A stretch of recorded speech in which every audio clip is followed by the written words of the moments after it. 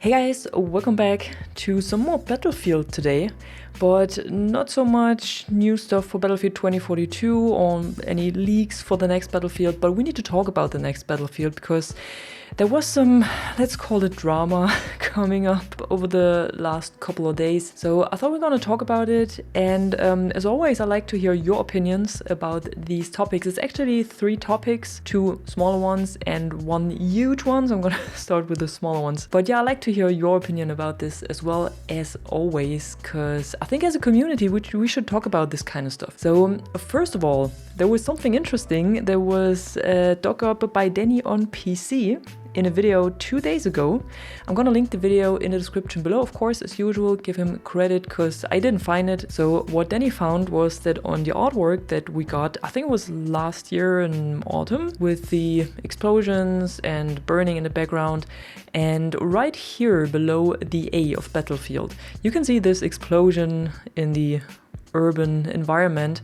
And yeah, what Danny discovered was that this explosion is actually from an actual explosion that happened in Gaza, so an active war zone. And the question that he brought up in his video was, should DICE use something like this for their artworks or not? And what I'm thinking happened right here is that the designer who did the artwork, or the team who did it, they just looked up real world explosions to make it look as realistic as possible, because that's what we all want from the next Battlefield game. And maybe they didn't even know that it is from Gaza. Maybe they just looked up stock footage or something, and they just took the explosion that looked the most realistic and it did fit perfectly, or that did fit the best in this artwork, and that was what they wanted it to look like. So I guess that's how this picture ended up in the artwork of Battlefield. It's interesting nevertheless. If it should be there, I don't know. I think this stuff can happen, and it did. If I'm going through the comments, it seems like it happened quite a lot in other games as well, so Battlefield is no exception here. But definitely an interesting find from Danny right here, and yeah, tell me in the comments below what you think about this. Is it intended? Should this happen or not? Should they use it? I don't know. I wouldn't have even recognized it if Danny wouldn't have brought it up. It just looks realistic, so I thought the artwork actually looks pretty good. So the next topic that we have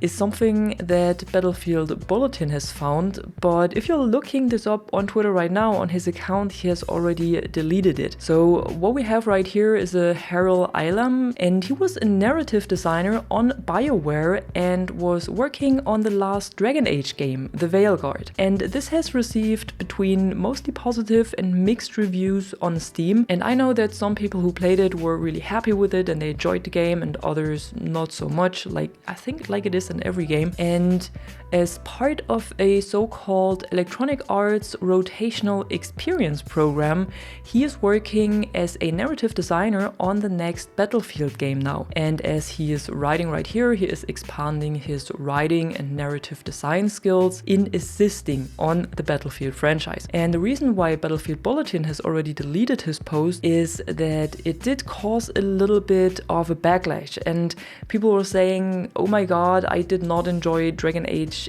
at all, and this was a terrible game, and now Battlefield will be terrible as well. I think we should put this a little bit into perspective. I don't think this means that the next Battlefield will be terrible, because first of all, we don't know what this guy worked on in Dragon Age. There is a huge team of people working on this game, not just one person. So even on the narrative, there's not just one designer working on it, but a lot of them. So we don't know what his task was, what he was really working on, and how much of an impact he had on the game. And that's the same for his work in Battlefield now.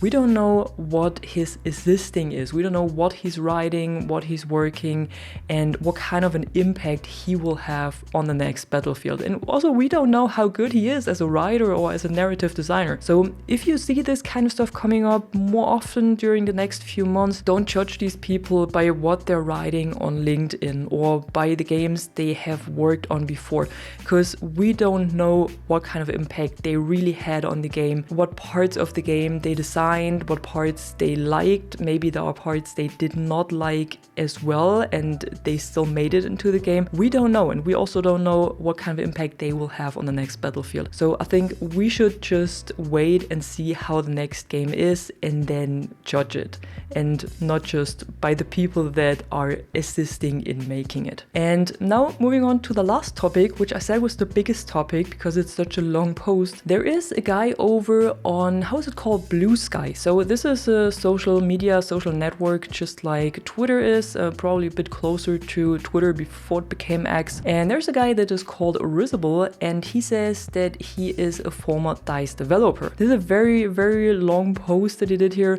going over basically a lot of the history of DICE, how it was created, how they were acquired by EA, what happened then. I won't be going over the whole thing because I think the history of DICE is not so interesting, but if you want to read through the full thing, of course you can find a link to it in the description below as well. But I'm just gonna pick out the most interesting parts that are also interesting for us when we're talking about the next Battlefield. So what we have right here is that he claims that the next Battlefield will be different because 98% of the people who made previous Battlefield games have left EA. As of now, he says that the new DICE and Ripple Effect, Criterion, and Motive are the Battlefield development group, so that's what we know as well, and that the next Battlefield will very likely come out in October this year. October or November, that's when the games are usually released. I don't think that's really something surprising. And what's also interesting, a point that he brings up here that I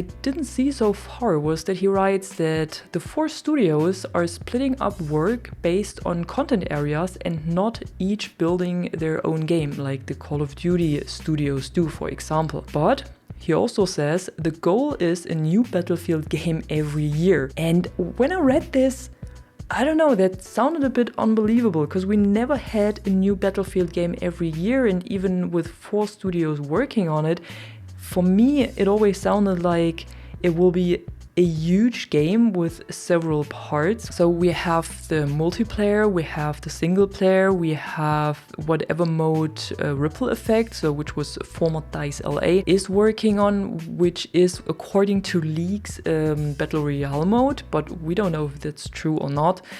And it sounds like there's a lot to do, so a lot of work to do for all of these studios, but just with this one game.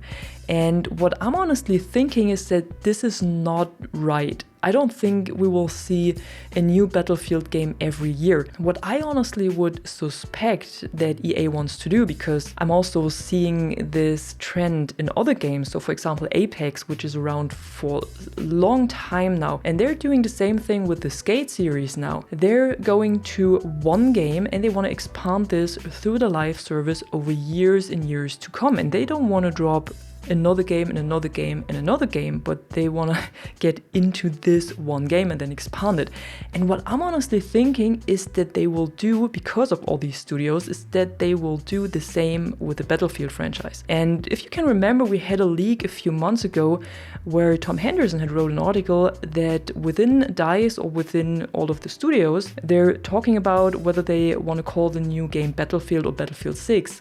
And if they talk about naming it Battlefield, this would hint towards this like soft reboot of the franchise, and then not do a new game every 3 or 4 years or maybe every 2 years, but instead expand this over and over and over, but keep it the base game that we get this year. So that's what I'm thinking, rather than we will see a new Battlefield game every year. That sounds very unlikely. He's also writing that he thinks that EA has a roadmap to achieve this, but we will still not see the next game in 2026. Then he also writes that BD or Beat, I don't know how his name is really pronounced, which is the one who came over from Call of Duty, that his vision is to get a full-priced main game with limited single player, then expanded with seasons, battle pass, live service, and so on, and a free-to-play mode like Warzone, and then a new Battlefield game every year. We will definitely see a full-priced main game with a single player, and we will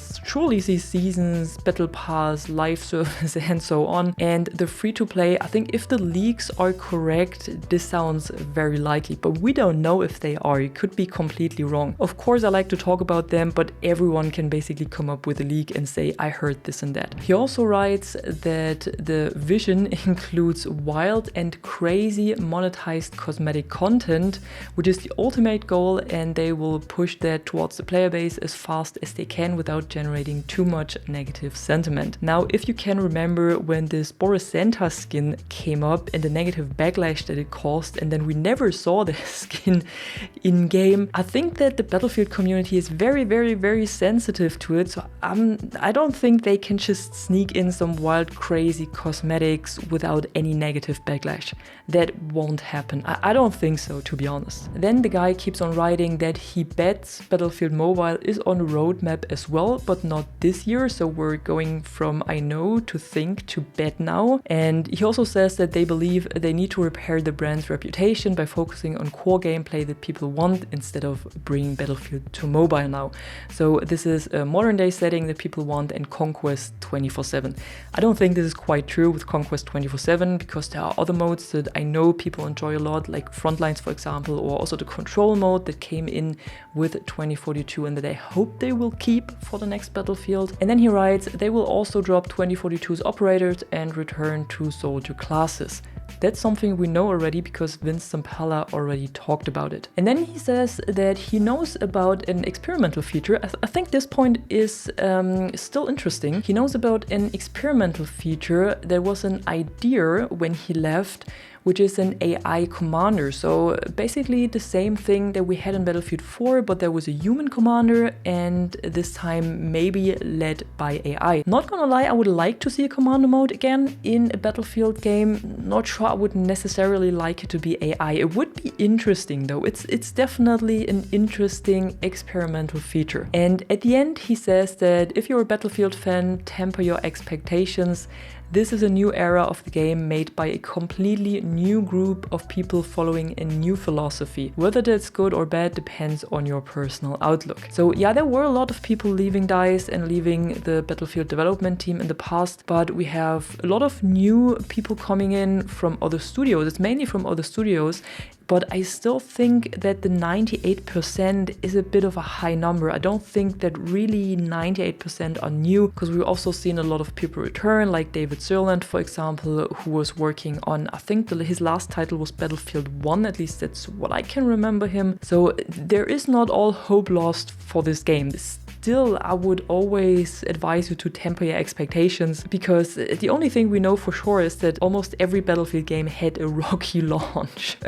I would not expect this game to be any different. I think there will be issues at the beginning. I think there will be bugs, there will be a rocky launch as well, and I think hopefully within a few weeks they will get it done this time and it won't take 2 years and it won't be a huge disappointment for a lot of players like it was for Battlefield 2042. That's just what I'm hoping. I'm not expecting a flawless launch for a Battlefield game. I don't think anyone does expect this. But overall, this whole post, the history is interesting, so I can really recommend to read through this. The history, especially around Battlefield 5, why all of this happened and why a lot of people left DICE around this time. That's quite interesting. Everything that goes towards the new Battlefield game is a lot of guessing and a lot of thinking and a lot of betting what they could do behind the scenes and what not. And there's not really much we can take away from this. And it all sounds very negative and not toxic, but very negative. And like, you know, someone who got fired and is now disappointed and wants to pay them back. So I would be careful with this. It is an interesting read, but I don't think you should take all of this too serious. As long as we don't have our own hands on this new game, I would not believe anything too much. No matter if it comes from a supposed ex-DICE developer or from any leaks or even from DICE themselves. At the end of the day, there's always someone who's interested in either speaking very positively about the game or very negatively. As long as we cannot get our hands on this game ourselves, we can't really judge what's true and what's not, and if the game is really that good or that bad. And yeah, that was it for today. Like I said, tell me in the comments below what you think about this. I'm really interested in hearing your opinion, especially to these 3 topics, because they're a bit more controversial, I think. And yeah, if you enjoyed the video, even though it was very, very long, very sorry about that. If you stick through it, thanks a lot. If you enjoyed the video, don't forget to drop a like and subscribe for more content like this. And I'm gonna see you in the next one. I'm the Catwoman and you are awesome.